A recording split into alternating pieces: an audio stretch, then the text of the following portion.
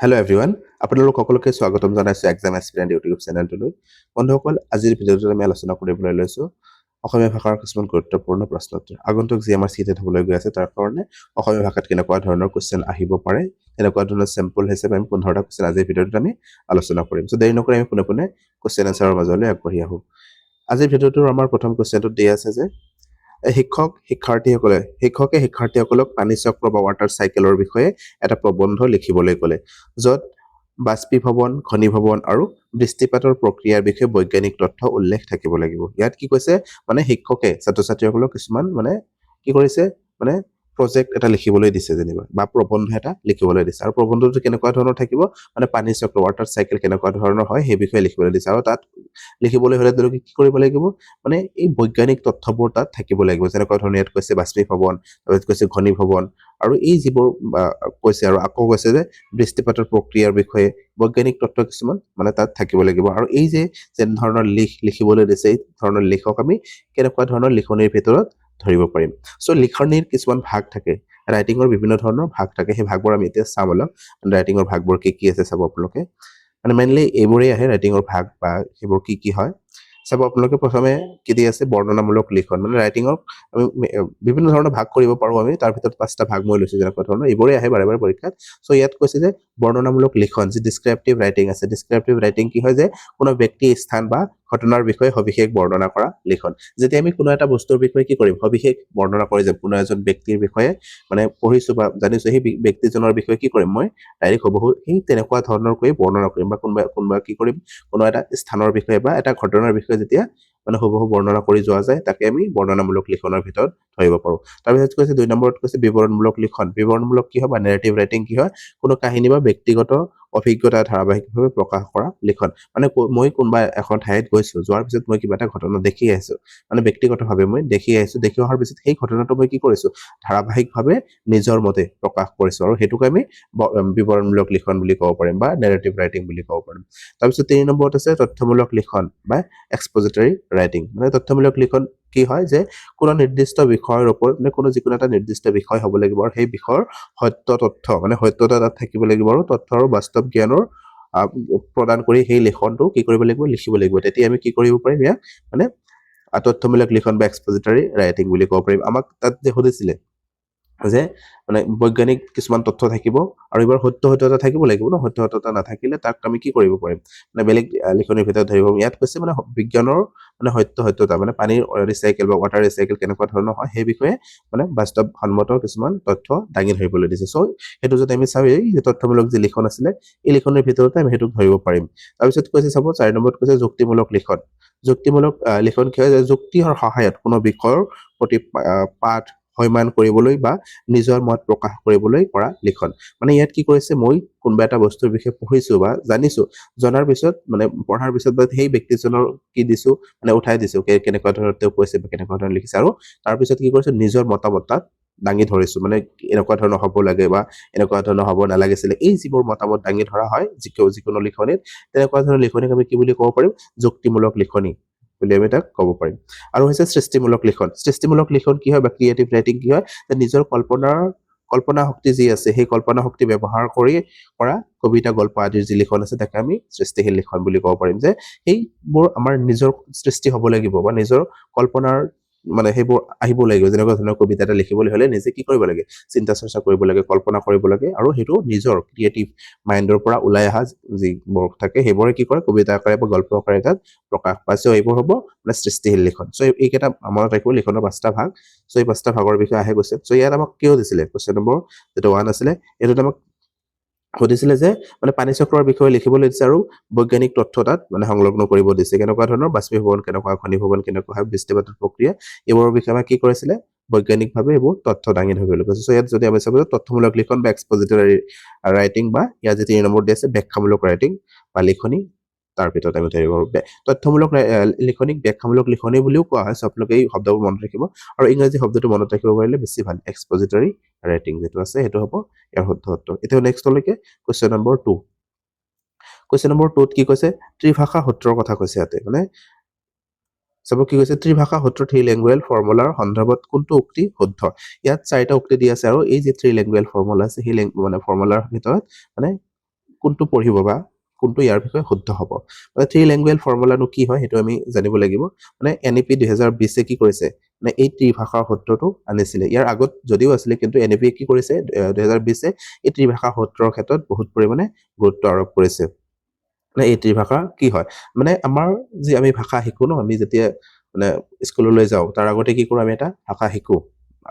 শিকা নহয় আহৰণ কৰা যদিও শিকা বুলি কোৱা হয় আহৰণ কৰা হয় ভাষাটো মানে মাতৃভাষা আমি প্ৰথমে আহৰণ কৰোঁ আৰু আহৰণ কৰাৰ পিছত আমি যেতিয়া স্কুললৈ যাওঁ আনুষ্ঠানিকভাৱে যেতিয়া আন এটা ভাষা শিকিবলৈ আৰম্ভ কৰোঁ মানে মাতৃভাষাৰ পিছত স্কুললৈ যোৱাৰ পিছত মানে তেতিয়া আমি কি কৰোঁ হয়তো আমাৰ ইংৰাজী ভাষা এটা থাকিব বা হিন্দী এটা ভাষা থাকিব এনেকুৱা ধৰণৰ কি কৰোঁ আমি সেই ভাষাবোৰ মানে শিকো এই যি ভাষা আমি শিকিলো এই মানে তিনিটা ভাষা তাত আমি শিকিব লাগিব তেনেকুৱা ধৰণৰ যি কি আছে মানে NEP 2020 মতে তিনিটা ভাষাকে থ্ৰী লেংগুৱেজ ফৰ্মুলা বুলি কোৱা হয় এই তিনিটা ভাষাৰ ভিতৰত কি থাকিব ইয়াত চাব আপোনালোকে দি আছে 1 নম্বৰত কৈছে প্ৰথম ভাষা কি হ'ব লাগিব সেইবোৰ মাতৃভাষা হ'ব লাগিব আৰু মানে কৈছে মানে NEP 2020 কোৱা হৈছে যে ক্লাছ 8 লৈকে মাতৃভাষাতে কি কৰিব লাগিব শিক্ষাদান কৰিব লাগিব তাৰ পিছতে আমি কি কৰিব পাৰিম মাধ্যম চেঞ্জ কৰিব পাৰিম তাৰ আগতে আমি মাধ্যম চেঞ্জ কৰিব নোৱাৰো প্ৰথমে শিশুসকলে মাতৃভাষাই শিকিব আৰু মাতৃভাষা শিকাৰ পিছত কি কৰিব স্কুললৈ যাব আৰু চাব আপোনালোকে এইটো কৈছে যে মাতৃভাষা আৰু বিদ্যালয়ৰ মানে কিহৰ মাজত এই যি মাতৃভাষাটো আছে মানে ঘৰ আৰু বিদ্যালয়ৰ মাজত এই মাতৃভাষাটোৱে কি কৰিব সাঁকোৰ নিচিনাকে কাম কৰিব মাতৃভাষাটো বহুত পৰিমাণে গুৰুত্বপূৰ্ণ মাতৃভাষাতে শিক্ষা দিবলৈ সেইকাৰণে কোৱা হৈছে আৰু দ্বিতীয় ভাষাটো আমাৰ বিভিন্ন ধৰণৰ হ'ব পাৰে যে আমাৰ ইয়াত আমি অসমীয়া ভাষী মানুহ ন অসমীয়া ভাষী মানুহক যেতিয়া আমাৰ মাতৃভাষাটো অসমীয়াই থাকিব আৰু যেতিয়া আমি স্কুললৈ যাম স্কুললৈ যোৱাৰ পিছত আমাৰ দ্বিতীয় ভাষাটো ইংৰাজীও হ'ব পাৰে নাইবা হিন্দীও হ'ব পাৰে ইংৰাজীও হ'ব পাৰে নাইবা হিন্দীও হ'ব পাৰে মানে ইয়াৰ ভিতৰত যিকোনো এটা হ'ব ইংৰাজী বা হিন্দীৰ ভিতৰত যিকোনো এটা হ'ব লাগিব তাৰপিছত আকৌ যি তৃতীয় ভাষা আধুনিক ভাৰতীয় যিবোৰ ভাষা আছে বিভিন্ন ধৰণৰ যি ভাষা আছে চাপোজ ধৰিছো আমি মানে কিহত আছে ন অষ্টম অনুসূচীত যি 22টা ভাষা দি আছে এইবোৰ আধুনিক ভাৰতীয় মানে ভাষা এই ভাষাৰ পৰা যিকোনো আমি এটা ভাষা কি কৰিব লাগিব তৃতীয় ভাষা হিচাপে শিকিব লাগিব তাৰ ভিতৰত যদি আমি দ্বিতীয় ভাষা ইংৰাজী লৈছো তৃতীয় ভাষা হিন্দীও ল'ব পাৰো বা বাংলা ল'ব পাৰো বা উৰিয়া ল'ব পাৰো এই এনেকুৱা ধৰণৰ যিবোৰ ভাষা আছে এই ভাষাৰ ভিতৰৰ পৰা যিকোনো এটা ভাষা থাকিব লাগিব কিন্তু ইয়াত চাব আপোনালোকে যে আধুনিক ভাৰতীয় ভাষাৰ ভিতৰত বিদেশী ভাষাক কিন্তু ধৰা নহয় কেতিয়াও মানে বিদেশী ভাষাক এইটো অতিৰিক্ত বিকল্প হিচাপে ধৰা হয় নাইবা আমাৰ যি ধ্ৰুপদী ভাষাবোৰ আছে এই ধ্ৰুপদী ভাষাবোৰকো কি কৰা নহয় এই আধুনিক ভাৰতীয় ভাষাৰ ভিতৰত ধৰা নহয় মনত ৰাখিব যে প্ৰথম ভাষা আমাৰ মাতৃভাষাই থাকিব দ্বিতীয় ভাষা যিকোনো এটা হ'ব ইংৰাজী হিন্দী বা বাকী যিমানবোৰ আছে তাৰ মাজৰ পৰা এটা হ'ব আৰু তৃতীয় ভাষা আধুনিক ভাৰতীয় ভাষাবোৰৰ পৰা যিকোনো এটা হ'ব ইয়াত আমাক কোৱেশ্চনটোত কি সুধিছিলে যে ত্ৰিভাষা সূত্ৰ থ্ৰী লেংগুৱেজ ফৰ্মুলাৰ সন্দৰ্ভত কোনটো উক্তি শুদ্ধ আমাক সুধিছিলে ন ইয়াৰ প্ৰথম অপশ্যনটো দিছে যে প্ৰথম ভাষা হিচাপে মাতৃভাষা এইটো আমি পালো ন প্ৰথম ভাষা হিচাপে মাতৃভাষাই থাকিব তাৰপিছত আমি যিবোৰ ভাষা শিকিম সেইবোৰ ভাষা থাকিব তাৰপিছত কৈছে ঘৰুৱা ভাষা আৰু আঞ্চলিক ভাষা এইটোৱে হয় ইয়াৰ শুদ্ধ উত্তৰ যে প্ৰথম ভাষা হিচাপে আমাৰ মাতৃভাষা থাকিব তাৰপিছত মানে মাতৃভাষা ঘৰুৱা ভাষা বুলিও কোৱা হয় বা আঞ্চলিক ৰূপ এটা বুলিও আমি জানো আঞ্চলিক ৰূপ তাৰপিছত কৈছে প্ৰথম ভাষা হিচাপে ইংৰাজী এইটো ইয়াতে ভুল হৈ গ'ল মানে প্ৰথম ভাষা ইংৰাজী কেতিয়াও নাথাকে যিসকল ইংৰাজী ভাষী লোক আছে সেইসকলৰ কাৰণে হ'ব পাৰে কিন্তু গোটেই মানুহৰ কাৰণে সেইটো নহ'ব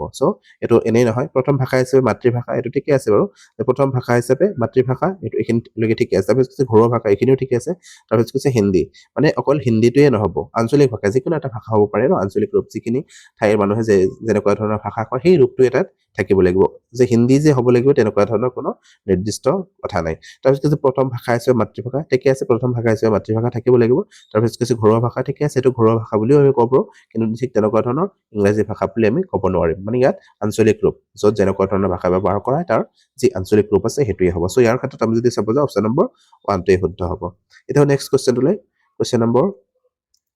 3 কুৱেশ্যন নম্বৰ 3 কি কৈছে চাব উপভাষাৰ কথা কৈছে আৰু মানে উচ্চাৰণৰ শৈলী উপভাষা বা বলিৰ কথা কৈছে আৰু উচ্চাৰণৰ শৈলী বা উচ্চাৰণৰ শৈলী থাকে ন ভংগী থাকে ন লেহেজা থাকে যে তাৰ বিষয়ে কোনটো উক্তি শুদ্ধ আমাক সুধিছে উপভাষা আমি নিশ্চয় জানো যে এটা ভাষাৰ বিভিন্ন ধৰণৰ উপভাষা থাকিব পাৰে যেনেকুৱা ধৰণৰ আমি যদি ক'ব যে আমাৰ অসমীয়া ভাষাটো যে আছে অসমীয়া ভাষাৰ যে কি কৰা হয় বিভিন্ন ধৰণৰ উপভাষা আছে নে নাই অসমীয়া ভাষা শিৱসাগৰৰ যিটো ভাষা আছে মানে অসমীয়া ভাষাটো এটা উপভাষাই হয় কিন্তু আমাৰ অসমীয়া ভাষাটোক অফিচিয়েল লেংগুৱেজ হিচাপে স্বীকৃতি দিয়া হৈছে সেই শিৱসাগৰৰ যিখিনি মানে ভাষা আছে যেনেকুৱা ধৰণৰ কি আছে সেইটোক আমি অফিচিয়েল লেংগুৱেজ হিচাপে স্বীকৃতি দিছো কিন্তু তাৰ পিছত বাকী যিমানবোৰ ঠাইলৈ যাব তাৰ মানে ৰূপবোৰ অলপ হ'লেও মানে বিভিন্নতা তাত এটা থাকিব আৰু সেইকাৰণে এইবোৰক আমি উপভাষা হিচাপে ধৰা যেনেকুৱা ধৰণৰ কামৰূপী উপভাষা গোৱালপৰীয়া উপভাষা আৰু এইবোৰক বিভিন্ন ধৰণৰ ভাগত ভাগ কৰা হয় ন চ' এইবোৰ হৈছে উপভাষা বুলি ক'লে আমি সেইবোৰে বুজিম তাৰপিছত কৈছে আৰু উচ্চাৰণৰ শৈলী আমি যে ভাষাবোৰ উচ্চাৰণ কৰোঁ তাৰ শৈলীবোৰ বেলেগ বেলেগ ধৰণৰ হয় বা ভংগী বা লেহেজাবোৰ কি হয় বেলেগ বেলেগ ধৰণৰ হ'ব পাৰে আৰু সেই বিষয়ে তলৰ যি উক্তি দিয়া আছে চাৰিটা তাৰ ভিতৰত কোনটো শুদ্ধ উক্তি হ'ব আমি বাছি উলিয়াব লাগিব প্ৰথম অপশ্যনটোত কৈছে যে উপভাষা প্ৰকৃত ভাষাৰ সৈতে সম্পৰ্কিত মানে উপভাষা কি প্ৰকৃত ভাষাৰ সৈতে সম্পৰ্কিত এইটো হ'ব পাৰে তাৰপিছত কৈছে আনহাতে উচ্চাৰণৰ ভংগী ভাষা কেনেকৈ কোৱা হৈছে সেই পদ্ধতিৰ সৈতে সম্পৰ্কিত এইটো সঁচাই হয় যে উপভাষা কি মানে প্ৰকৃত আমি ভাষা কেনেকুৱা ধৰণৰ কওঁ সেই ভাষাটোৰ সৈতে সম্পৰ্কিত যিকোনো মানুহৰ মানে বেলেগ বেলেগ ভাষা হ'ব পাৰে সেই মানুহটোৱে কেনেকুৱা ধৰণে সেই ভাষাটো কৈছে বা সেই ভাষাৰ লগত সম্পৰ্কিত তাক আমি উপভাষা বুলি ক'ব পাৰিম আৰু আকৌ আনহাতে উচ্চাৰণৰ যি ভংগী থাকে বা উচ্চাৰণৰ যি শৈলী থাকে ভাষা কেনেকৈ কোৱা হৈছে সেই পদ্ধতিয়ে হৈছে কি মানে উচ্চাৰণৰ শৈলী বুলি ক'লে আমি তাকে বুজিম যে এই ভাষাটো কেনেকুৱা ধৰণৰ মানে কোৱা হয় বা কেনেকুৱা ধৰণৰ সেই ভাষাটো উচ্চাৰণ কৰা হয় চ' অপশ্যন নম্বৰ 1 যদি চাওঁ ঠিকেই লাগিছে তাৰপিছত চাওঁ 2 নম্বৰ অপশ্যনটোত কি কৈছে উচ্চাৰণৰ ভংগী প্ৰকৃত ভাষাৰ সৈতে সম্পৰ্কিত মানে উচ্চাৰণৰ শৈলীটো কৈছে যে প্ৰকৃত ভাষাৰ সৈতে সম্পৰ্কিত উচ্চাৰণৰ শৈলীটো প্ৰকৃত ভাষাৰ সৈতে সম্পৰ্কিত নহয় এইটো কি হ'ব মানে আমি কেনেকুৱা ধৰণৰ উচ্চাৰণ কৰিছো সেইটো আমাৰ মানে এটা পদ্ধতিৰ ভিতৰত পৰিব বা কিহৰ ভিতৰত পৰিব মানে ভংগীৰ ভিতৰত পৰিব বা লেহেজাৰ ভিতৰত ধৰিব পাৰিম আমি চ' ইয়াত যদি চাওঁ এইটো প্ৰথমতে ভুল হৈছে তাৰপিছত 3 নম্বৰ চাওঁ উচ্চাৰণৰ ভংগী একেখন ভাষাৰে বিভিন্ন ৰূপ যাৰ ব্যাকৰণ ভিন্ন ভিন্ন হয় মানে কি কৈছে উচ্চাৰণৰ ভংগী একেখন ভাষাৰ বিভিন্ন ৰূপ থাকিব পাৰে বা ব্যাকৰণ ভিন্ন ভিন্ন হ'ব পাৰে চ' এইটোও শুদ্ধ নহ'ব আৰু 4 নম্বৰত কৈছে উপভাষা হৈছে কোনো বিশেষ ব্যক্তিৰ উচ্চাৰণ পদ্ধতি অকল কোনো বিশেষ ব্যক্তিৰ কাৰণে নহয় উপভাষাটো এটা অঞ্চলৰ কাৰণে হয় ন চ' সেইকাৰণে এইটোও আমি শুদ্ধ বুলি ক'ব নোৱাৰো চ' অপশ্যন নম্বৰ 1টো ইয়াৰ শুদ্ধ উত্তৰ হ'ব এতিয়া নেক্সট কুৱেশ্যনটোলৈ কুৱেশ্যন নম্বৰ 4 কুৱেশ্যন নম্বৰ 4ত কি কৈছে চাব যে ভাষাৰ প্ৰকৃতি আৰু কাৰ্যপ্ৰণালী বুজি লৈ তাৰ কোনটো উক্তিৰ দ্বাৰা ভাষাৰ উপাদান নিয়ম আৰু সামাজিক প্ৰেক্ষাপট সঠিকভাৱে প্ৰকাশ মানে পাইছে ইয়াত কি ক'ব বিচাৰিছে যে ভাষাৰ বিভিন্ন ধৰণৰ কি আছে প্ৰকৃতি আছে আৰু কাৰ্যপ্ৰণালী আছে আৰু সেইবোৰৰ ওপৰত মানে ভাষাৰ নহয় আমাৰ মানুহৰ কাৰ্যপ্ৰণালী বা কি থাকে সেইবোৰৰ ওপৰত ভিত্তি কৰি আমি কি কৰিছে যে কোনটো উক্তিৰ দ্বাৰা ভাষাৰ উপাদান মানে ভাষাৰ বিভিন্ন ধৰণৰ যি উপাদান আছে নিয়ম আছে বা সামাজিক প্ৰেক্ষাপট আছে সেইবোৰক সঠিকভাৱে প্ৰকাশ কৰিছে তলৰ যে 4টা অপশ্যন দিছে তাৰ ভিতৰত কোনটো ইয়াৰ শুদ্ধ হ'ব অপশ্যন নম্বৰ 1ত কৈছে যে ভাষা এক কঠিন আৰু স্থিৰ ব্যৱস্থা নিশ্চয় ভাষা এটা কঠিন হয় মানে ইয়াক আমি ইমান ইজি বুলি ক'ব নোৱাৰো যদিও আমি ভাষাটো মানে আমাৰ পৰিৱেশৰ লগত থাকি শিকো কিন্তু ভাষাটো ইমান ইজি বুলি আমি ক'ব নোৱাৰিম তাৰপিছত কৈছে স্থিৰ ইয়াতে ভুল হৈ গ'ল ন ভাষাটো কেতিয়াও স্থিৰ নহয় ভাষাটো মানে গতিশীল হয় মানে ভাষাৰ ৰূপ সলাই থাকে আমি যদি অসমীয়া ভাষাৰ কথাই চাব যাওঁ অসমীয়া ভাষাটো কেনেকৈ সৃষ্টি হ'ল প্ৰথমে আমাৰ সংস্কৃত ভাষা আছিল নে নাই তাৰপিছত বিভিন্ন ৰূপৰ মাধ্যমেদি পালি প্ৰাকৃত অপভ্ৰংশ আৰু এটা সময়ত গৈ মাগধী যি অপভ্ৰংশ আছিলে সেই মাগধী অপভ্ৰংশৰ পূৰ্বী মানে ভাষাৰ পৰা এই আমাৰ অসমীয়া ভাষাটোৰ সৃষ্টি হৈছিলে চ' এনেকুৱা ধৰণৰ বিভিন্ন সময়ত বিভিন্ন ৰূপ সলাই থাকে ভাষাটোৱে আৰু আজি যিটো আমি অসমীয়া ভাষা কৈ আছো পিছৰ সময়লৈ গৈ এই ভাষাটো এনেকুৱা ধৰণৰ নাথাকিব পাৰে বেলেগ এটা ৰূপ ধাৰণ কৰিব পাৰে চ' এইটো কেতিয়াও স্থিৰ নহয় চ' 1 নম্বৰ অপশ্যনটো নহয় 2 নম্বৰত কৈছে ভাষা এক শৃংখলাবদ্ধ আৰু জটিল ব্যৱস্থা য'ত ধ্বনি শব্দ বাক্যৰ গাঁথনি আৰু সংস্কৃতিৰ প্ৰেক্ষাপট অন্তৰ্ভুক্ত হৈ থাকে এইটো শুদ্ধ হয় মানে ভাষা এটা শৃংখলাবদ্ধ আৰু জটিল ব্যৱস্থা মানে এটা শৃংখলাৰ মাজেদি চলি থাকিব লাগিব ভাষাটো আৰু ই এটা জটিল ব্যৱস্থা য'ত কি হয় ধ্বনি শব্দ বাক্যৰ গাঁথনি আৰু সাংস্কৃতিক প্ৰেক্ষাপট অন্তৰ্ভুক্ত হৈ থাকে ভাষা এটা গঠন কৰিবলৈ হলে কি লাগিব ধ্বনি লাগিব আৰু ধ্বনিবোৰ যোগ হৈ কি হ'ব শব্দ গঠন হ'ব আৰু সেই 2-3টা শব্দ বা এই শব্দবোৰ কি কৰিম লগ লগাই কি কৰিব পাৰিম বাক্যৰ গাঁথনি সৃষ্টি কৰিব পাৰিম আৰু সেই বাক্যটোৰ জৰিয়তে আমি কি কৰিম মানে আমাৰ সংস্কৃতিৰ প্ৰেক্ষাপট কেনেকুৱা ধৰণৰ আছে আমি সেইবোৰ প্ৰকাশ কৰিবলৈ চেষ্টা কৰিম চ' এই ক্ষেত্ৰত যদি আমি চাব যাওঁ এইটো শুদ্ধ হ'ব তাৰপিছত কৈছে যিবোৰ যোগাযোগ আৰু বুজিবৰ বাবে অপৰিহাৰ্য মানে আমি কি কৰো আমাৰ মনৰ কথা আন এজনৰ মাজত কেনেকৈ প্ৰকাশ কৰিব পাৰিম ভাষাৰ মাধ্যমেৰে পাৰিম ন চ' সেইকাৰণে কোৱা হৈছে যে এই ভাষাৰ মাধ্যমেৰে আমি আমাৰ যি মনৰ ভাৱ আছে এজনৰ মনৰ ভাৱ আন এজনে প্ৰকাশ কৰিব পাৰোঁ আৰু আমাৰ কথাখিনি আন এজনে বুজি পাব পাৰে চ' এই ক্ষেত্ৰত যদি আমি চাব যাওঁ অপশ্যন নম্বৰ 2টো ইয়াৰ শুদ্ধ উত্তৰ হ'ব বাকীবোৰ নাচাওঁ এতিয়া হ'ল নেক্সটলৈকে কুৱেশ্যন নম্বৰ 5 কুৱেশ্যন নম্বৰ 5ত কি কৈছে যে তলৰ কোনটো ভাষা অৰ্জনৰ সময়ত প্ৰাৰম্ভিক শব্দপ্ৰতিৰ অতিমাত্ৰা সম্প্ৰসাৰণৰ এটা উদাহৰণ অভাৰ এক্সটেনচেশ্যনৰ কথা কৈছে ইয়াতে যে তলত যি অপশ্যন দিয়া আছে সেই অপশ্যনবোৰৰ ভিতৰত মানে শিশুসকলে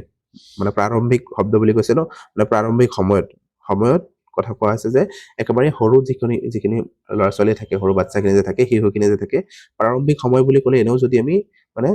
জন্মৰ পৰা যি 6 বছৰ বা 2ৰ পৰা যি 6 বছৰ বয়সলৈকে থাকে সেইখিনিক ধৰা হয় তথাপি ইয়াৰ তাৰে আগৰ সময়খিনিৰ কথা কোৱা হৈছে যে প্ৰাৰম্ভিক সময়ৰ মানে যেতিয়া তেওঁলোকে ভাষা শিকিবলৈ ষ্টাৰ্ট কৰিছে সেই সময়ৰ কথা ক'বলৈ গৈছে সেই সময়ত কি হয় বিভিন্ন ধৰণৰ ত্ৰুটি হয় আৰু অতিমাত্ৰা সম্প্ৰসাৰণৰ কাৰণে অতিমাত্ৰা সম্প্ৰসাৰণ বুলি এই কাৰণে কৈছে যেতিয়া তেওঁলোকে এটা বস্তুৰ বিষয়ে মানে বেছিকে বৰ্ণনা কৰিবলৈ চেষ্টা কৰিব বিভিন্ন ধৰণৰ কথা ক'বলৈ চেষ্টা কৰিব তেতিয়াই তেওঁলোকৰ মানে বিভিন্ন ধৰণৰ ত্ৰুটি বা ভুল হোৱা দেখা যায় আৰু এই ভুলৰ এটা উদাহৰণ বুলি আমি কাক ধৰিব পাৰিম অপশ্যন নম্বৰ 1ত কৈছে যে শিশুৱে উৰি থকা সকলো চৰাইকে ঘনচিৰিকা বুলি কয়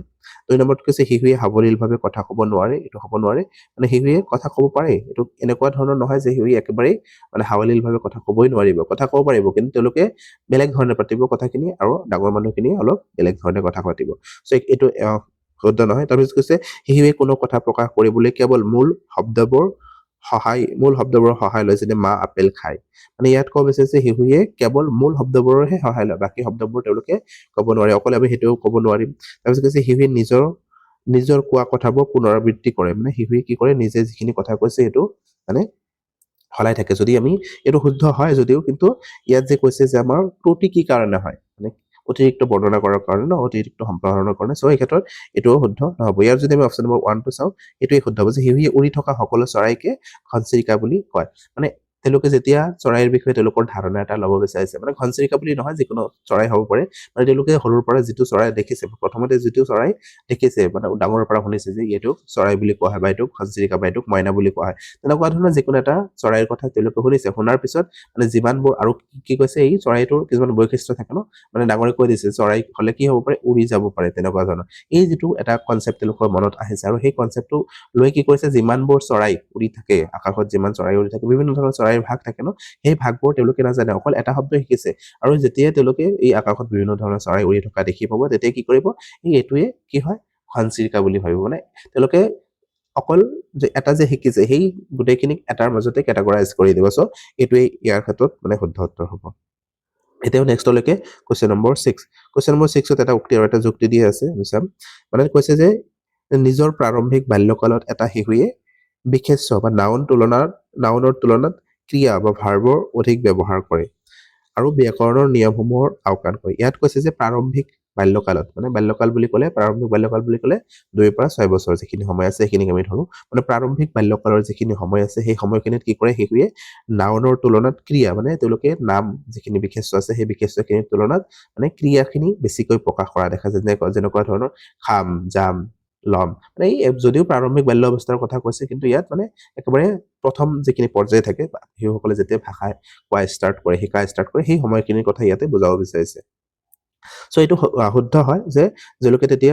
যেতিয়া ভাষা এটা শিকিবলৈ ষ্টাৰ্ট কৰে বা ভাষা এটা কোৱা আৰম্ভ কৰে তেতিয়া তেওঁলোকে নাম শব্দবোৰ ইমান নাজানে কোনটো মানে কি হয় ইমান নাম নাজানিলেও তেওঁলোকে খালি ক্ৰিয়াবোৰৰ যোগেদি তেওঁলোকৰ মনৰ ভাৱ প্ৰকাশ কৰিব বিচাৰে চ' এইটো শুদ্ধ উত্তৰ হ'ব মানে শুদ্ধ হ'ব তাৰপিছত চাব যুক্তিটোত কি কৈছে যে তেওঁৰ কাৰণে তেওঁলোকৰ শব্দ ভাণ্ডাৰ অতি সীমিত হয় যদিও প্ৰাৰম্ভিক বাল্যকাললৈকে শব্দ ভাণ্ডাৰ ইমান সীমিত নহয় 6 বছৰ বয়সলৈকে তেওঁলোকে মানে আমি জানো 85%লৈকে বিকাশ তেওঁলোকৰ হৈ যায় চ' ইমানো মানে কি নহয় যদিও নহয় এইটো ইয়াত ক'ব বিচাৰিছে যে বাল্যকাল যে আছে প্ৰাৰম্ভিক বাল্যকাল তাৰো একেবাৰে যেতিয়ালৈ তেওঁলোকে ভাষাটো শিকা ষ্টাৰ্ট কৰিছে সেই সময়ৰ কথা ইয়াত ক'ব বিচাৰিছে ন চ' ইয়াত যদি আমি চাব যে তেওঁলোকৰ শব্দ ভাণ্ডাৰ সেই সময়ত প্ৰাৰম্ভিক মানে তাৰ মাজৰে আজি আগৰ সময়খিনি আছে তেওঁলোকৰ শব্দ ভাণ্ডাৰ ইমান বেছি নাথাকে সীমিত থাকে আৰু সেইকাৰণে তেওঁলোকে কি কৰিব নোৱাৰে নাম শব্দবোৰ মানে ইমান নাজানি কেৱল ভাৰ্বখিনিয়ে ব্যৱহাৰ কৰি থাকে চ' উক্তিটোও শুদ্ধ হৈছে আৰু যুক্তিটোও শুদ্ধ হৈছে আৰু যদি চাব যাওঁ এই যে মানে যুক্তিটো আছে উক্তিটোৰ শুদ্ধ ব্যাখ্যাও কৰিছে চ' আমি যদি চাব যাওঁ অপশ্যন নম্বৰ যে ইয়াত কি আছে অপশ্যন নম্বৰ 4 যে এ আৰু আৰ দুয়োটাই শুদ্ধ আৰু আৰ হৈছে এৰ সঠিক ব্যাখ্যা এইটো হ'ব ইয়াৰ শুদ্ধ উত্তৰ এতিয়াও নেক্সটলৈকে কুৱেশ্যন নম্বৰ 7 কুৱেশ্যন নম্বৰ 7ত কি কৈছে যে কল্পনা কৰক যে আপুনি কোনো এটা কাৰ্যকলাপৰ ক্লাবৰ বা এক্টিভিটি ক্লাবৰ সম্পাদক মানে কৈছে যে আপুনি কল্পনা কৰক যে আপুনি কোনো এটা ক্লাবৰ সম্পাদক আপুনি আপোনাৰ বিদ্যালয়ত এখন আলোচনা চক্ৰ বা চেমিনাৰ পাতিছে আৰু তাত এজন মানে ভাষাবিদক আমন্ত্ৰণ কৰিছে মানে ইয়াত কৈছে যে আপুনি মনতে কল্পনা কৰক যে আপুনি এটা কি হয় এক্টিভিটি ক্লাবৰ সদস্য হয় আৰু তাত আপুনি এজন মানুহক মাতিছে ভাষাবিদ আৰু তেওঁ কি কৰিছে মুখ্য সম্পাদক হিচাপে মানে মাতিছে আপুনি সভাপতিৰ যে আসন থাকে সেইটো অলংকৃত কৰিবৰ কাৰণে আপুনি মাতিছে আপুনি তেওঁৰ সাক্ষাৎকাৰত তাত তেওঁৰ বৃত্তি চখ আৰু ভৱিষ্যতৰ পৰিকল্পনাৰ বিষয়ে সুধিছে আৰু তেওঁ কি কৰিছে আপুনি তেওঁৰ বৃত্তি কি বা তেওঁৰ কেনেকুৱা ধৰণৰ মানে চখ আছে, কি কৰি ভাল পাব বা ভৱিষ্যতৰ বিষয়ে তেওঁৰ পৰিকল্পনা কেনেকুৱা ধৰণৰ, সেই বিষয়ে তেওঁৰ লগত কি কৰিছে মানে কথা পাতিছে বা সাক্ষাৎকাৰ লৈছে। এই কাৰ্যকলাপটোক আপুনি কোনটো শ্ৰেণীত ৰাখিব? ইয়াত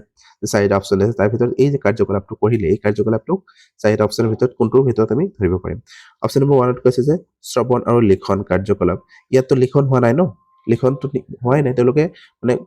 কৈছেহে আৰু তেওঁ শুনিছেহে। চ' ইয়াত লিখন কাৰ্যটোৰ কথাই নাহে। আৰু কৈছে কথন আৰু লিখন কাৰ্য, কথনটো হৈছে ঠিকে, কিন্তু লিখনটো ইয়াত হোৱা নাই। তাৰপিছত কৈছে পঠন আৰু শ্ৰৱণ কাৰ্য, ইয়াত পঢ়াও হোৱা নাই ন, তেওঁ শুনিছেহে কথাখিনি, তেওঁক যি সুধিছে তেওঁ মানে শুনিছে আৰু উত্তৰ দি গৈছে। চ' ইয়াত যদি আমি চাব যাওঁ শ্ৰৱণ আৰু কথন কাৰ্য ইয়াত সম্পাদন হৈছে।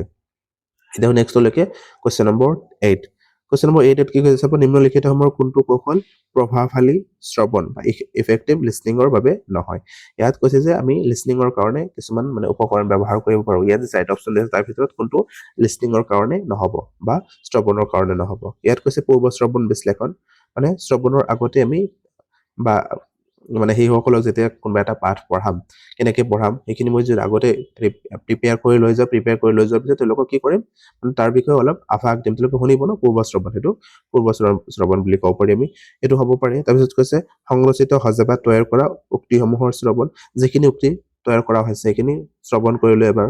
মানে পঢ়ি গৈ শুনিলো। তাৰপিছত কৈছে অনুমান কৰা, অনুমান কৰাটো মানে এইটো আমি শ্ৰৱণৰ ক্ষেত্ৰত নহয়, আমি অনুমান কৰিছো ৰাইটিঙৰ ক্ষেত্ৰত হ'ব পাৰে। চ' এইটো অনুমান কৰাটো কিহৰ ভিতৰত নপৰিব,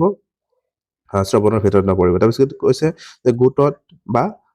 সমূহত শ্ৰৱণ, মানে আমি গোট কৰিও কি কৰিব পাৰোঁ, শ্ৰৱণ কৰিব পাৰি। কোনোবা এজনে কি কৰিছে, মানে কিবা এটা কথা কৈছে বা সংলাপ এটা কৈছে, মই বাকীবোৰে কি কৰিছো, গোট কৰি সেই সংলাপখিনি শুনি আছো। চ' এইটোও হ'ব পাৰে। চ' আমাক কৈছিলে যে কোনটো নহয় বুলি, ইয়াত যদি আমি চাব যাওঁ অপশ্যন নম্বৰ 3টো নহয়টো লিখনৰ লগত জড়িত এটা কি হয়, কৌশল হয়। এতিয়া নেক্সটলৈকে কুৱেশ্যন নম্বৰ 9। কুৱেশ্যন নম্বৰ 9ত কি কৈছে, চিন্তাৰ ওপৰত ভাষাৰ প্ৰাধান্য বা আধিপত্য আছে। ইয়াত কোৱা হৈছে যে আমাৰ যে চিন্তা শক্তি আছে, সেই চিন্তা শক্তিক কিহে প্ৰাধান্য কৰে, মানে ভাষাই এইটো কি কৰে, যদিও চিন্তা আমি কিহৰ জৰিয়তে প্ৰকাশ কৰোঁ, ভাষাৰ জৰিয়তে প্ৰকাশ কৰোঁ ন। আৰু ইয়াত সেইটোৱে কৈছে যে চিন্তাৰ ওপৰত ভাষাৰ প্ৰাধান্য আধিপত্য আছে। এইটো যে কৈছে, এই বাক্যটো কোনে কৈছে বা এইটোৰ সমৰ্থক কোন হয়? যে ইয়াত চাব আপোনালোকে, ইয়াত দিছে যে বেঞ্জামিন ওৰ্ফ, তাৰপিছত কৈছে পিয়াজে, তাৰপিছত কৈছে বাইগটস্কি আৰু স্কিনাৰ। আমি নিশ্চয় জানো যে স্কিনাৰ কি হয়, যে তেওঁ কি কৰিছিলে, মানে অনুকৰণৰ ওপৰত গুৰুত্ব দিছিলে ন। তেওঁ কৈছিলে যে ভাষা এটা যেতিয়া শিকিব, ডাঙৰক অনুকৰণ কৰি মানে কি কৰিব, সেই ভাষাটো তেওঁ শিকিব। চ' ইয়াত তেওঁৰ কথা কোৱা হোৱা নাই, স্কিনাৰৰ কথা কোৱা হোৱা নাই। আৰু বাইগটস্কি কি কৈছিলে, মানে বাইগটস্কিয়ে কৈছিলে যে ভাষা কি কৰিব, মানুহে প্ৰথমে মানে ভাষা ক'ব আৰু ভাষাৰ জৰিয়তে কি কৰিব, চিন্তা কৰিব, এনেকুৱা ধৰণৰ মতামত দিছিলে বাইগটস্কি। আৰু পিয়াজে কৈছিলে যে নহয়, প্ৰথমে মানুহে চিন্তা কৰিব আৰু চিন্তা কৰি তাৰপিছতে ভাষাৰ জৰিয়তে সেইটো প্ৰকাশ পাব। আৰু যদি আমি ইয়াত চাব যাওঁ, বেঞ্জামিন ওৰ্ফ যি এজন ব্যক্তি আছিলে, বেঞ্জামিন ওৰ্ফ বা ওৰ্ফৰ পৰিকল্পনা বুলি আমি ক'ব পাৰোঁ, ইয়াত দুজন ব্যক্তি আছিলে, লি ওৰ্ফ আৰু মানে ছপিৰ ওৰ্ফ, লি ওৰ্ফ আৰু ছপিৰ ওৰ্ফ। এই দুজন ব্যক্তিয়ে কি কৰিছিলে, এই ভাষাৰ আপেক্ষিকতাবাদৰ এটা ধাৰণা আছিলে, সেই ধাৰণাটো তেওঁলোকে দিছিলে। আৰু তেওঁলোকে কৈছিলে যে আমি যেনেকুৱা ধৰণৰ ভাষাটো দেখো বা যেনেকুৱা ধৰণৰ চিন্তা কৰোঁ, সেই চিন্তাই কি কৰে, আমাক মানে ভাষা নিৰ্ধাৰণ কৰি দিয়ে। চ' ইয়াত যে কৈছে যে চিন্তাৰ ওপৰত ভাষাৰ প্ৰধান আধিপত্য আছে, এইটো যদি আমি ক'ব যাওঁ যে আমি ভাষাটো যে কওঁ, ভাষাটো কোৱাৰ লগে লগে কি কৰোঁ, আমি চিন্তা কৰোঁ আৰু চিন্তা কৰিয়ে ভাষাটো কৈ থাকোঁ। তেওঁলোকে কৈছিলে যে নহয়, আমি আমাৰ যি ভাষা আছে সেই ভাষাৰ জৰিয়তে আমাৰ চিন্তা কি হয়, নিৰ্ধাৰণ কৰা হয়। ছাপ'জ মই এটা উদাহৰণ দিছোঁ ইয়াতে, চাব আপোনালোকে যে পেট্ৰল পাম্প এটা আছে আৰু পেট্ৰল পাম্পত আগত কি কৰা আছে, এটা মানে ড্ৰাম এটা দি আছে আৰু ইয়াত লিখা আছে এমটি বুলি লিখা আছে, EMPTY, এমটি বুলি লিখা আছে। আৰু সেই এমটি বুলি লিখা থকাৰ কাৰণে তাত কি কৰিছে, মানে বাকী কিছুমান মানুহ থাকে, কিছুমান স্মকিং কৰে ন, সেই ড্ৰামটোৰ ওচৰত গৈ স্মকিং কৰিব। আৰু যেতিয়াই এই ড্ৰামটোত এমটি বুলি লিখা নাথাকিব, তেতিয়া কোনেও তাত কি নকৰিব, স্মকিং কৰিবলৈ নাযাব। তাৰ কাৰণটো কি, যে সেই ড্ৰামখিনিৰ মাজত পেট্ৰল বা ডিজেল থাকিব আৰু তাত যদি আমি স্মকিং কৰোঁ, সেইটোত কি হ'ব পাৰে, জুই লাগি যাব পাৰোঁ। চ' এই যে আমি কি কৰিলোঁ, ভাষাৰ জৰিয়তে কি কৰিলোঁ, এই যে ভাষা এমটি বুলি লিখা আছে আৰু সেই ভাষাটো পঢ়াৰ লগে লগে আমি কি কৰিলোঁ, মানে আমাৰ চিন্তাখিনি তাত দেখুৱালো নে নাই, যে তাত গৈ মানে আমি কি কৰিছোঁ, বিভিন্ন ধৰণৰ স্মকিং কৰা মানে হৈছে। আৰু যদি এই এমটি বুলি লিখা নাথাকিলে হয়, তেতিয়া আমি এইটো আশে পাশে গৈ কি নকৰোঁ, স্মকিং নকৰোঁ। চ' কি কৰিছে, ভাষায়ো কি কৰিছে, আমাৰ চিন্তা সলাই দিছে। চ' এই ক্ষেত্ৰত বেঞ্জামিন ওৰ্ফ আৰু ছপিৰ ওৰ্ফ যি আছিলে, লি ওৰ্ফ আৰু ছপিৰ ওৰ্ফ, তেওঁলোকে কি কৰিছিলে, এই মতামতটো দিছিলে। চ' ইয়াত ওৰ্ফৰ পৰিকল্পনা বুলি আমি ক'ব পাৰোঁ ইয়াত। এতিয়া নেক্সটলৈকে কুৱেশ্যন নম্বৰ 10। কুৱেশ্যন নম্বৰ 10ত কি কৈছে, যে প্ৰক্ৰিয়া আধাৰিত লিখন উপাগম বা পদ্ধতিত দেশৰ পৰ্যায়ৰ সময়ত পাঠক আৰু লিখনৰ পাঠক আৰু লিখাৰ উদ্দেশ্য চিনাক্ত কৰা হয় পঠন আৰু লিখনৰ উদ্দেশ্য চিনাক্ত কৰা হয় একচুৱেলি হ'ব লাগিছিলে পঠন বুলি হ'ব লাগিছিলে চ' ইয়াত কি কৈছে যে প্ৰক্ৰিয়া আধাৰিত লিখন উপাগম মানে আমি যেতিয়া লিখা ষ্টাৰ্ট কৰোঁ সেই লিখাৰ বিভিন্ন ধৰণৰ প্ৰক্ৰিয়া থাকে উপাগম থাকে আৰু সেই প্ৰক্ৰিয়া বা উপাগম বা প্ৰচেছৰ মাধ্যমেৰে আমি এটা লিখনি কাৰ্য সম্পন্ন কৰা হয় চ' ইয়াত কৈছে যে মানে উপাগম যে লিখনৰ আধাৰিত উপাগম আছে পদ্ধতি আছে তাৰ সময়ত পাঠক আৰু পাঠক নহয় পঠন আৰু লিখনৰ উদ্দেশ্য চিনাক্ত কৰা হয় মানে যেতিয়া এই উদ্দেশ্যটো চিনাক্ত কৰা হ'ব মানে প্ৰথম পৰ্যায় লিখনৰ প্ৰথম পৰ্যায়ৰ কথা ইয়াত ক'ব বিচাৰিছে যে যেতিয়াই আমি এটা লিখিম লিখাৰ উদ্দেশ্যটো কি হয় সেইটো কি কৰিম আমি প্ৰথমে যে চাৰিটা অপশ্যন আছে তাৰ ভিতৰত ইয়াৰ ক্ষেত্ৰত আমি যদি চাবলৈ শুদ্ধ হ'ব ইয়াত কৈছে পুনৰাবৃত্তি বা প্ৰুফ ৰিডিংটো বহুত পিছলৈকে আহে না নাই যে কিবা এটা মই বস্তু মানে লিখিবলৈ আৰম্ভ কৰিছো লিখিবলৈ আৰম্ভ কৰাৰ আগতে আমি কি কৰিব লাগিব মানে আমাৰ মগজুত বিভিন্ন ধৰণৰ সেই বিষয়ে চিন্তা এটা আহিব বা পূৰ্ব লিখন প্ৰি ৰাইটিং বুলি কোৱা হয় যাক মানে ব্ৰেইন ষ্টৰ্মিং বুলিও আমি ক'ব পাৰোঁ পূৰ্ব লিখনৰ আগতে আমাৰ মনত বিভিন্ন ধৰণৰ ধুমুহাৰ সৃষ্টি হ'ব বা তুফানৰ সৃষ্টি হ'ব বা সেইবোৰ আমি মনতে আগতে কল্পনা কৰি ল'ম কল্পনা কৰাৰ পিছতে আমি কি কৰিম যে সেইটো বিষয়ে মানে পৰিকল্পনা কৰিম কেনেকৈ লিখিম মানে আগতে ভাবি লোৱাৰ পিছত বাকী যিমানবোৰ থাকে এইবোৰ কৰিম চ' ইয়াত আমাক সেইটোৱে কৈছিলে ন লিখনৰ উদ্দেশ্যক চিনাক্ত কৰিবৰ কাৰণে মানে কেনেকৈ আমি লিখিম সেইটোক চিনাক্ত কৰিবৰ কথা কোৱা হৈছে ন চ' ইয়াত যদি আমি চাব যে পূৰ্ব লিখনটো ইয়াৰ শুদ্ধ হ'ব যে প্ৰথমে মগজুত বা আমাৰ মাইণ্ডত কি কৰিম সেই কথাখিনি ভাবিম এডিটিঙৰ কথা কৈছে সম্পাদকৰ কথা কৈছে আৰু ড্ৰাফটিঙৰ কথা কৈছে খচৰা প্ৰস্তুত যেতিয়া আমাৰ এইটো লিখা মেলা চব কামখিনি কমপ্লিট কৰিলোঁ তাৰপিছতে ড্ৰাফটিঙৰ কথা আহিব আৰু এডিটিং কেতিয়া কৰিম যে যেতিয়া কমপ্লিট হৈ গৈছে একেবাৰে তাত একো ভুল চুল নাই তেতিয়াহে আমি সম্পাদনা কৰিম এইটো চ' এই ক্ষেত্ৰত যদি আমি চাব যে অপশ্যন নম্বৰ 2 ইয়াৰ শুদ্ধ হ'ব ইয়াত চাব আপোনালোকে মই লিখনৰ যি কৌশল আছে সেইখিনি মই দি দিছোঁ ইয়াতে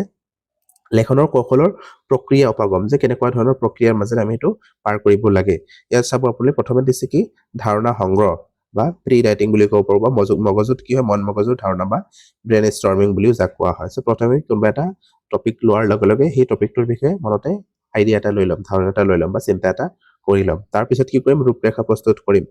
আউটলাইন প্ৰস্তুত কৰিম যে কেনেকৈ লিখিম মূল পইণ্টখিনি যিখিনি থাকে সেইখিনি ৰূপৰেখা হিচাপত আমি বনাই ল'ম আৰু তাৰপিছতে লিখনি ষ্টাৰ্ট কৰিম তাৰপিছত কৈছে যে খচৰা প্ৰস্তুত কৰা আৰু তেনেকুৱা ধৰণৰ ড্ৰাফ্ট বনোৱাৰ পিছত আমি কি কৰাৰ পিছত ৰূপৰেখা প্ৰস্তুত কৰাৰ পিছত সেইখিনি লিখি কমপ্লিট কৰিলোঁ বা খচৰা প্ৰস্তুত কৰিলোঁ আৰু যেতিয়া লিখা কমপ্লিট হ'ল লিখা কমপ্লিট হোৱাৰ পিছত সেইখিনি আমি আকৌ পঢ়ি চালোঁ প্ৰুফ ৰিডিং হিচাপে পঢ়ি চালোঁ যে ইয়াত কিবা ভুল ৰৈ গ'ল নেকি বা ইয়াত কোনোবা বস্তু এটা সলাব লাগিব নেকি মানে আমি যেতিয়া কিতাপ এখন লিখিছোঁ কিতাপ লিখাৰ পিছত যেতিয়া সম্পাদনা কি কৰিম পাব্লিছ কৰি দিম বা সম্পাদনা কৰিম সেই তাৰ আগতে এই বস্তুখিনি ডিটেইল চাই ল'ব লাগিব যে ইয়াত কিবা ভুল হৈ গ'ল নেকি ভুল হৈ যোৱাৰ পিছত যদি পাব্লিকৰ মাজলৈ গুচি যোৱাৰ পিছত কি হ'ব ইয়াত বিভিন্ন ধৰণৰ মানে মন্তব্য আহিব নে নাই চ' সেইকাৰণে তাৰ আগতে আমি প্ৰুফ ৰিডিং কৰি চাব লাগিব পুনৰীক্ষণ বা সংশোধন কৰি ল'ব লাগিব তাত যদি কিবা ভুল থাকে আৰু লাষ্টত গৈ আমি কি কৰিম মানে প্ৰুফ ৰিডিং কৰিম মানে ইয়াত পুনৰীক্ষণৰ কথা কৈছে আৰু লাষ্টত আমি এবাৰ কি কৰিম চাই ল'ম লাষ্ট মানে এইটো চাই লোৱাৰ পিছতে কি কৰিম ভুলবোৰ যদি কিবা এটা আছে সংশোধন কৰি তাৰপিছতে আমি সেইটো প্ৰকাশ কৰিব পাৰিম চ' এই যে 5টা কি আছে এই লিখন প্ৰক্ৰিয়াৰ উপাগম আছে 5টা আপোনালোকে চাব ষ্টেপ বাই ষ্টেপ এইবোৰ কেতিয়াবা মিলাবও দিব পাৰে বা কেতিয়াবা কি হয় এইবোৰ মানে কোনটো আগত আহিব বা কোনটো পিছত আহিব এইবোৰো আহি যায় এতিয়া নেক্সটলৈকে কুৱেশ্যন নম্বৰ 11 কুৱেশ্যন নম্বৰ 11ত কি কৈছে যে ভাষাৰ শ্ৰেণীকক্ষত প্ৰকল্প কাৰ্য প্ৰজেক্ট ৱৰ্ক পৰিকল্পনা কৰা আৰু তাক কাৰ্যকৰী কৰাৰ ক্ষেত্ৰত কি পদক্ষেপ বা পৰ্যায় জড়িত হৈ থাকে ইয়াত কৈছে যে ভাষাৰ শ্ৰেণীৰ ক্ষেত্ৰত প্ৰজেক্ট এটা আপুনি দিব বিচাৰিছে আৰু প্ৰজেক্ট দিয়াৰ ক্ষেত্ৰত পৰিকল্পনা কৰা আৰু তাৰ কাৰ্যকৰী কৰাৰ ক্ষেত্ৰত কেনেকুৱা ধৰণৰ প্ৰজেক্ট এটা দিয়াৰ লগে লগে পৰিকল্পনা কৰিম আৰু তাৰ সেই কাৰ্যটো আমি কেনেকৈ কমপ্লিট কৰিম তাৰ কাৰণে আপুনি কি পদক্ষেপ ল'ব লাগিব কি পদক্ষেপ ইয়াৰ লগত জড়িত হৈ আছে আমাক সেইটো সুধিছে ইয়াত যদি আমি চাব যে প্ৰথমে কৈছে দল গঠন কৰা হয় আমি প্ৰথমে কি কৰিম প্ৰজেক্ট এটা যেতিয়া আমি দিয়া হয় প্ৰজেক্ট এটা দিয়াৰ লগে লগে অকল এজন ব্যক্তিক প্ৰজেক্ট দিয়া নহয় এছাইনমেণ্ট বুলি ক'লে এজনক দিব পাৰোঁ কিন্তু ইয়াত প্ৰজেক্ট বুলি কোৱাৰ লগে লগে যিকোনো এটা দল এটা গঠন কৰিব লাগিব 3জন বা 4জন বা 2জন অন্ততঃ 2জনৰ মাজত কি কৰিব লাগিব সেই প্ৰজেক্টটো দিব লাগিব চ' এইটো মানে দল গঠন কৰা হ'ব হয় তাৰপিছত বিষয় চিনাক্তকৰণ বিষয়টো তাৰপিছত চিনাক্ত কৰিম আমি তাৰপিছত পৰিকল্পনা কৰা তাৰপিছত তথ্য সংগ্ৰহ খচৰা প্ৰস্তুত কৰা বা তথ্যৰ ব্যাখ্যাৰ প্ৰতিবেদন আৰু চূড়ান্তকৰণ চ' ইয়াত এই প্ৰথম তিনিটা ঠিকে আছিলে তাৰপিছত অলপ খেলি মেলি হৈ গ'ল তাৰপিছত চাব এইটো একচুৱেলি এই 4 নম্বৰ যিটো অপশ্যন আছে চাগে এইটো শুদ্ধ হ'ব যে দল গঠন কৰা প্ৰথমে দল গঠন কৰি তাৰপিছত বিষয় বা টপিকখিনি চিনাক্ত কৰি দিয়া হৈছে তাৰপিছত কি কৰা হৈছে পৰিকল্পনা কৰা হৈছে যে মানে কেনেকৈ লিখিম বা কি কৰিম মানে প্ৰথমে কি কৰিলে দল গঠন কৰা হ'ল দল গঠন কৰাৰ পিছত সেই কি টপিক দিয়া হ'ব কি টপিকৰ ওপৰত মানে প্ৰজেক্ট দিয়া হ'ব সেইটো শিক্ষকে কি কৰিব দি দিব তাৰপিছত পৰিকল্পনা কৰিব যে কেনেকুৱা ধৰণৰ মানে লিখিব ষ্টুডেণ্টখিনিয়ে তাৰপিছত কি কৰিব পাৰিব পৰিকল্পনা কৰিব যে ক'ত যাম কেনেকুৱাকৈ লিখিম তাৰপিছত সেই পৰিকল্পনাৰ ওপৰত বেছ কৰি তথ্য সংগ্ৰহ কৰিব মানে তেওঁলোকে প্ৰজেক্টৰ কাৰণে যিটো প্ৰজেক্ট লিখিব দিছে সেই হিচাপে তেওঁলোকে তথ্যখিনি গোটাই ল'ব গোটাই লোৱাৰ পিছত তথ্যৰ কি কৰিব ব্যাখ্যা তেওঁলোকে কৰিব আৰু তথ্যৰ ব্যাখ্যা কৰাৰ পিছত ইয়াত দিছিলে ন খচৰা লিখন বহুত পিছতে আহিব চ' ইয়াত তথ্যৰ ব্যাখ্যা হ'ল তাৰ পিছতে খচৰা লিখন আহিব আৰু লাষ্টত গৈ কি কৰিব প্ৰতিবেদন আৰু চূড়ান্তকৰণ মানে ইয়াত যদি আমি চাব যাওঁ অপশ্যন নম্বৰ 4টো আছে 4টো ইয়াৰ শুদ্ধ উত্তৰ হ'ব এতিয়া নেক্সটলৈকে কুৱেশ্যন নম্বৰ 12 কুৱেশ্যন নম্বৰ 12ত কি কৈছে চাব কুৱেশ্যন নম্বৰ 12 কৈছে শিক্ষক শিক্ষাৰ্থী আৰু শিক্ষণ সামগ্ৰীৰ ওপৰত পৰীক্ষা আৰু মূল্যায়নৰ প্ৰভাৱক কি বুলি ক'ব পাৰি ইয়াত কৈছে যে শিক্ষক শিক্ষাৰ্থী আৰু শিক্ষণৰ যি সামগ্ৰী আছে তাৰ ওপৰত পৰীক্ষা আৰু মূল্যায়নৰ যি প্ৰভাৱ আছে তাক আমি কি বুলি ক'ব পাৰোঁ যে এনেকুৱা ধৰণৰ হয় নে নাই যে ক্লাছ এটা কৰা হ'ল বা স্কুলত যে যোৱা হৈছে শিক্ষক থাকিব তাত শিক্ষাৰ্থী থাকিব আৰু তাত তেওঁলোকৰ কাৰণে মূল্যায়ন কৰা হয় বিভিন্ন ধৰণৰ পৰীক্ষা লোৱা হয় বা মূল্যায়ন কৰা হয় সেই মূল্যায়নৰ ক্ষেত্ৰত কোনটো কি কাৰণে আমি মূল্যায়ন কৰোঁ সেইটো আমি ক'ব লাগে ইয়াত যি চাব আপোনালোকে পদ্ধতিগত প্ৰভাৱ মানে অকল এইটো পদ্ধতিগতভাৱে আমাৰ এইটো চলি আহিছে কাৰণে পদ্ধতিগতভাৱে চলি আহিছে কাৰণে আমি এইটো কৰিম ন তেনেকুৱা ধৰণৰ কোনো কথা নহয় এইটো শুদ্ধ নহ'ব নোৱাৰে তাৰপিছত কৈছে ভাষা পৰীক্ষণৰ প্ৰভাৱ আমি তেওঁলোকে ভাষাটো কিমান দূৰ বুজি পাইছে বা বুজি পাইছে নে নাই বা তেওঁলোকে সেই বস্তুখিনি ভাষাৰ জৰিয়তে ধুনীয়াকৈ প্ৰকাশ কৰিব পাৰিছে নে নাই সেইটো কি কৰা হয় মূল্যায়ন কৰাৰ কাৰণেহে কি কৰা হয় ইয়াক মানে পৰীক্ষাবোৰ লোৱা হয় চ' ভাষা পৰীক্ষণৰ প্ৰভাৱ ইয়াত আমি ক'ব পাৰিম বা ৱাজবেক ইফেক্ট বুলি ইয়াত ক'ব পাৰিম তাৰপিছত শ্ৰেণীকক্ষৰ প্ৰভাৱ শ্ৰেণীকক্ষৰ প্ৰভাৱ বুলি ক'ব নোৱাৰো বা পূৰ্ব লিখনৰ কথা ইয়াত নাহে চ' ইয়াত অপশ্যন নম্বৰ 2টো শুদ্ধ হ'ব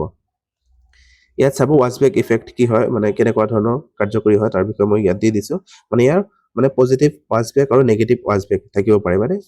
সকাৰাত্মক আৰু নকাৰাত্মক মানে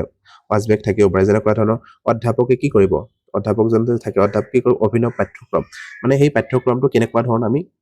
পঢ়াব পাৰোঁ কেনেকুৱা ধৰণৰ পদ্ধতিতে পঢ়ালে ছাত্ৰ ছাত্ৰীসকলে ধুনীয়াকৈ বুজি পাব সেই ক্ষেত্ৰত কি কৰিব অধ্যাপকে বহুতখিনি মানে ছাত্ৰ ছাত্ৰীসকলক নতুন নতুন পদ্ধতি ব্যৱহাৰ কৰি সেইটো ধুনীয়াকৈ বুজাই দিবলৈ চেষ্টা কৰিব এইটো এটা পজিটিভ ইফেক্ট হয় তাৰপিছত শিক্ষাৰ্থীৰ গুণগত শিক্ষণ পৰিৱেশ মানে সেই ছাত্ৰ ছাত্ৰীসকলক গুণগত মানৰ উন্নত মানদণ্ডৰ কি কৰিব লাগিব শিক্ষাদান কৰিব লাগিব তাৰপিছতে তেওঁলোকক কি হ'ব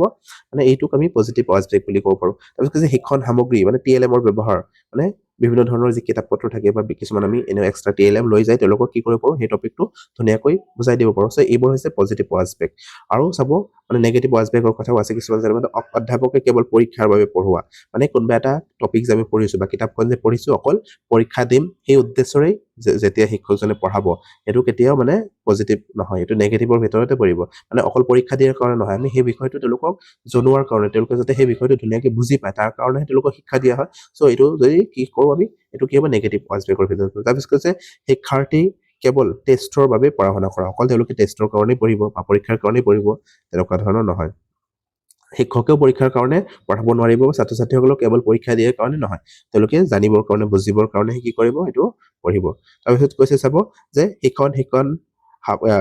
কৈছে শিক্ষণ সামগ্ৰী কেৱল পৰীক্ষা কেন্দ্ৰিক সামগ্ৰী আৰু শিক্ষণ সামগ্ৰীবোৰ যে আছে এইবোৰ কেৱল পৰীক্ষা কেন্দ্ৰিক হ'ব নালাগে তেওঁলোকে যাতে বুজি পায় তেনেকুৱা ধৰণৰ হ'ব লাগে চ' এইবোৰ মনত ৰাখিব আপোনালোকে তাৰপিছত আকৌ next question number 13 question number 13ত কি কৈছে বহুভাষাবাদ আৰু সাংস্কৃতিবাদ প্ৰতিষ্ঠা কৰাৰ বাবে কাহিনীৰ কোনটো ধাৰণা আটাইতকৈ বেছি প্ৰাসংগিক ইয়াত কৈছে বহুভাষাবাদ মানে আমাৰ যদি আমি চাব যাওঁ আমাৰ ইণ্ডিয়াত কি হয় বিভিন্ন ধৰণৰ ভাষা ভাষী লোক আছে আৰু আমাৰ শ্ৰেণীকোঠাবোৰো কি হয় বহুভাষিক শ্ৰেণীকোঠা NEP 2020 কি কৰিছে এই বহুভাষাবাদ মানে বাদক কি কৰিছে প্ৰমোট কৰিছে এই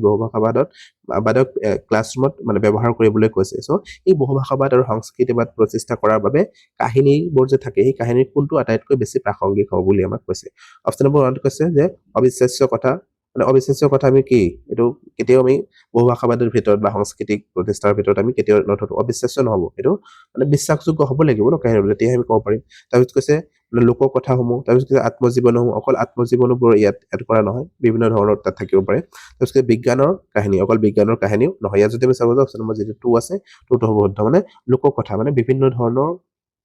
ভাষা ভাষী লোকৰ মাজত বিভিন্ন ধৰণৰ লোককথা থাকে আৰু সেই লোককথাবোৰে কি কৰে আমাৰ বহুভাষাবাদৰ প্ৰতিষ্ঠা কৰাৰ আৰু সাংস্কৃতিক প্ৰতিষ্ঠা কৰাৰ ক্ষেত্ৰত আটাইতকৈ ইয়াৰ ভিতৰত আটাইতকৈ উপযোগী এইটোৱেই হ'ব অপশ্যন নম্বৰ 2 এতিয়া নেক্সটলৈকে কুৱেশ্যন নম্বৰ 14 কুৱেশ্যন নম্বৰ 14 কৈছে ইয়াত এটা পাঠ্য সামগ্ৰী বা কিছুমান উক্তি দিয়া গৈছে মানে এটা উক্তি দিয়া আছে আৰু এই পাঠ্য সামগ্ৰী কোনটো ভাষা প্ৰযুক্তি বা ৰেজিষ্টাৰৰ প্ৰতিনিধিত্ব কৰিছে তাক বিচাৰি উলিয়াব লাগে। ইয়াত যি 4টা মানে ৰেজিষ্টাৰ বুলি দি আছে আৰু সেই যিটো উক্তিটো দি আছে সেইটোতো কোনটো ৰেজিষ্টাৰৰ ভিতৰত পৰিব। ইয়াত কৈছে যে ভাৰতৰ সংবিধানে প্ৰতিগৰাকী ব্যক্তিৰ সমান হিচাপে গণ্য কৰে। হয়, ভাৰতীয় সংবিধানে কি কৰে? আমাৰ প্ৰতিগৰাকী ব্যক্তিকে সমান অধিকাৰ দিছে, সমানভাৱে মানে গণ্য কৰিছে। ইয়াৰ অৰ্থ এইটোৱে যে দেশৰ প্ৰতিগৰাকী ব্যক্তি, মহিলা আৰু পুৰুষ সকলো ধৰ্ম, জাতি, জনজাতি, শৈক্ষিক আৰু অৰ্থনৈতিক পটভূমি সকলোকে সমান চকুৰে চোৱা। মানে ইয়াৰ অৰ্থটো হৈছে যে আমাৰ শৈক্ষিক ক্ষেত্ৰত হ'ব পাৰে বা ধৰ্মৰ ক্ষেত্ৰত হ'ব পাৰে বা জাতিৰ ক্ষেত্ৰত হ'ব পাৰে, এই গোটেইখিনিৰ ক্ষেত্ৰত কি কৰিব? পুৰুষ মহিলা সকলোকে সমান চকুৰে চোৱা হ'ব। আৰু কৈছে যে ইয়াৰ অৰ্থ এইটো নহয় যে অসমতা সম্পূৰ্ণৰূপে নাইকিয়া হৈ পৰিছে, আৰু ইয়াৰ অৰ্থ এইটো নহয় যে আমাৰ মাজত যে অসমতাবোৰ যে আছে বা সমতাবোৰ যে ইয়াত প্ৰতিষ্ঠা কৰাৰ কাৰণে সংবিধানে কৈছে এতিয়াও কি আছে মানে সেই অসমতাবোৰ বহু পৰিমাণে যদি আমি চাওঁ আছে, এনেকুৱা নহয় যে মানে গোটেইখিনি অসমতা আমাৰ মাজৰ পৰা শেষ হৈ গৈছে। তাৰপিছত কৈছে অসমতা থাকিব নালাগে। আচলতে কি অসমতাবোৰ থাকিব নালাগে, অসমতা থাকিব লাগে। তাৰপিছত কৈছে সম্ভৱতঃ গণতান্ত্ৰিক ভাৱত সকলো ব্যক্তিৰ বাবে সমতাৰ নীতিটোৰ গুৰুত্ব বহন কৰে, আৰু কৈছে যে সমতাৰ নীতিটো সকলোৰে ক্ষেত্ৰত এইটো বহু পৰিমাণে গুৰুত্ব বহন কৰে। আৰু এই যিখিনি লেখ দি আছে এইটো কেনেকুৱা ধৰণৰ লেখৰ ভিতৰত আমি ধৰিব পাৰোঁ। ইয়াত কৈছে আইনী প্ৰযুক্তি বা লিগেল ৰেজিষ্টাৰ। ইয়াত আইনৰ কথা কোৱা হোৱা নাই ন, সংবিধানৰ কথা কৈছে। ইয়াত আইন হ'লে বেলেগ ধৰণৰ হ'ব ন। তাৰপিছত কৈছে বৈজ্ঞানিক প্ৰযুক্তি। ইয়াত বিজ্ঞানৰ কোনো প্ৰযুক্তিৰ কথাও কোৱা হোৱা নাই। তাৰপিছত কৈছে ৰাজনৈতিক প্ৰযুক্তি। ইয়াত ৰাজনীতিৰ কথাও কোৱা হোৱা নাই। মানে ৰাজনীতি হ'লে কি হ'ব? দলবোৰ কেনেকে গঠন কৰিব পাৰোঁ বা দলত কি থাকিব, এই দলৰ কথাখিনি তাত কি থাকিব? আলোচনা কৰা থাকিব। তেতিয়া আমি ইয়াক কি কৰিব পাৰিম? মানে ৰাজনৈতিক প্ৰকল্পৰ কথা ক'ব পাৰিম। ইয়াত যদি আমি চাব যে সমাজৰ কথা কৈছে ন, আমাক সমাজ বিজ্ঞানৰ কথা কৈছে, চ' ইয়াক সমাজ বিজ্ঞান প্ৰযুক্তি বুলি আমি ক'ব পাৰিম। চ' মনত ৰাখিব এনেকুৱা ধৰণৰ যি লিখা থাকে তেতিয়া আমি সমাজ বিজ্ঞানৰ মানে প্ৰযুক্তি বুলি ক'ব পাৰিম। এতিয়া নেক্সটলৈকে কুৱেশ্যন নম্বৰ 15, অৰ্থাৎ আজিৰ ভিডিঅ'টোৰ শেষৰটো কুৱেশ্যন। কুৱেশ্যন নম্বৰ 15ত কি কৈছে যে বাক সম্প্ৰদায় বা স্পেচ কমিউনিটি হৈছে মানুহৰ সেইটো গোট বা সমূহ, যি মানে স্পেচ কমিউনিটিৰ কথা কৈছে, বা মানে আমাৰ বাক সম্প্ৰদায় বা আমি যে কথা কওঁ সেই কথা কোৱাৰ যি সম্প্ৰদায়টো আছে সেই সম্প্ৰদায়ৰ কথা ক'বলৈ গৈছে। ইয়াত ক'বলৈ গৈছে যে মানুহক সেইটো গোট বা সমূহ যি মানে বাক সম্প্ৰদায় মানে সেইটো গোটক বুজাইছে যে বিশিষ্ট উদ্দেশ্য বা ভাষাৰ এক বিশেষ ৰূপত বা প্ৰকাশত কি কৈছে প্ৰকাশত কথা পাতে। মানে ইয়াত কি কৈছে আমাৰ বিশিষ্ট উদ্দেশ্যবোৰ আগত ৰাখি কি কৰা হয় যেতিয়া কথা পতা হয়। মানে ইয়াত কৈছে যে আমি কিবা এটা উদ্দেশ্য আগত ৰাখি সেই কথাখিনি কৈছে, বা আমাৰ যি অফিচিয়েল ধৰণে যি কথা পাতো অফিচিয়েল লেংগুৱেজখিনিৰ কথা, ইয়াত তেনেকুৱা ধৰণৰ মানে কথা ক'ব বিচৰা নাই। মানে বাক সম্প্ৰদায় মানে আমি সাধাৰণতে যেনেকুৱা ধৰণৰ সম্প্ৰদায়ৰ মাজত গৈ কথা পাতো, আমাৰ অফিচিয়েল বেলেগ এটা লেংগুৱেজ থাকিব, মানুহৰ মাজত গ'লে বেলেগ ধৰণৰ কথা পাতিম, আৰু যেতিয়া আমাৰ ঘৰৰ পৰিৱেশলৈ আহিম বা আমাৰ কমিউনিটিখিনিৰ ওচৰলৈ আহিম বা সম্প্ৰদায়খিনিৰ ওচৰলৈ আহিম, তেতিয়া আমাৰ কথাটো অলপ বেলেগ হয়। আমাৰ যি মানে অৰিজিনেলি আমি যেনেকুৱা ধৰণৰ কথা পাতো ঘৰত তেনেকুৱা ধৰণৰ কথা আমি কৈ থাকো। চ' ইয়াত এইটো অপশ্যন শুদ্ধ নহয়। তাৰপিছত কৈছে ভাষা ব্যৱহাৰৰ সন্দৰ্ভত একে ধৰণৰ মানদণ্ড অনুসৰণ কৰা। মানে সেই যে আমাৰ সম্প্ৰদায়টো আছে বা আমাৰ ঘৰখন আছে, সেই ঘৰখনত যেতিয়া আমি সেই ঘৰখনত চবৰে লগত কি কৰো? একে ধৰণে কথা পাতো। ইয়াত বিশিষ্ট ধৰণৰ কোনো কথা পতা নহয়। ইয়াত আমি সাধাৰণতে যেনেকুৱা ধৰণৰ কথা পাতি থাকো সেই কথাকে ইয়াত মানে সম্প্ৰদায়ৰ লগত বা ঘৰৰ মানুহখিনিৰ লগত পাতি থকা দেখা যায়। চ' এইটো শুদ্ধ হ'ব। তাৰপিছত কৈছে যাৰ বাক বিকাৰ কথা কোৱাৰ সমস্যা একেধৰণৰ। মানে ইয়াত বাক বিকাৰৰ কথা কৈছে যে সেইখিনি মানুহে কথা ক'ব নোৱাৰে, সেই সম্প্ৰদায়টোৰ কথা কোৱা হৈছে। চ' ইয়াত সেইটোও বুজোৱা হোৱা নাই। তাৰপিছত কৈছে যে একেটা ভাষাৰ শিক্ষণ কাৰ্য সম্পন্ন কৰে, যে একেটা ভাষাৰ কথাই কৈছে যে শিক্ষণৰ কাৰ্য ইয়াত সম্পন্ন কৰে। চ' এইবোৰ নহয়, অপশ্যন নম্বৰ 2টো হ'ব ইয়াৰ শুদ্ধ উত্তৰ। চ' বন্ধু বান্ধৱীসকল আজি ভিডিঅ'টোত এই 15টা কুৱেশ্যন আলোচনা কৰিলো। যদি ভিডিঅ'টো ভাল পায় লাইক আৰু শ্বেয়াৰ কৰিব, আৰু এতিয়াও যদি আমাৰ চেনেলটো ছাবস্ক্ৰাইব কৰা নাই ছাবস্ক্ৰাইব কৰি কাষত থকা বেল আইকনটো দবাই ৰাখিব। ভিডিঅ'টো শেষলৈ চোৱাৰ বাবে ধন্যবাদ।